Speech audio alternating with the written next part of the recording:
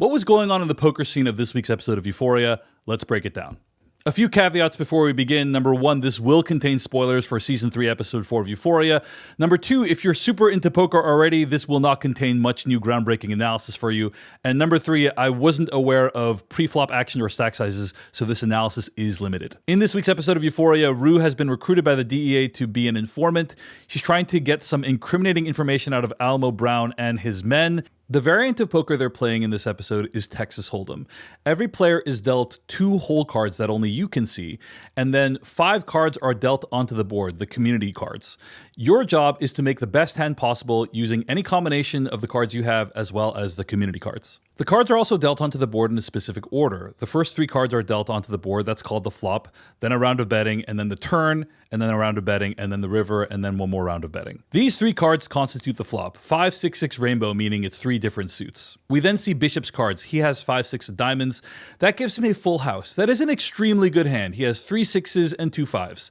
Full house is one of the best hands of the game. He has an extremely high likelihood of winning this round. Then we see Ruth's cards. She has pocket 7s, which is pretty good on a 5-6-6 board. It's possible that another player in the round has a 6, but she has an overpair, and so she makes the call and then proceeds on to the next round of betting. The turn is a 4 of diamonds. At this point, Bishop still has the best possible hand, which is referred to in poker as the nuts. He bets again. Meanwhile, Alamo Brown is getting really pissed, and Rue is very nervous. She calls, probably just out of nervousness. Now, Rue's hand has theoretically improved. She could theoretically hit a 3 or an 8 to get a straight. She might be really nervous or hoping that she hits one of those cards. That said, if she did hit a straight, it would be a disaster for her because she is still beaten by Bishop's full house. What's clear is that Rue only has 2 cards that can save her at this point, and that's the theoretically remaining 2 7s in the deck, which would give her a higher full house than Bishop. And then the river is dealt. And wouldn't you know it, it is the Miracle 7. It is one of the remaining 2 cards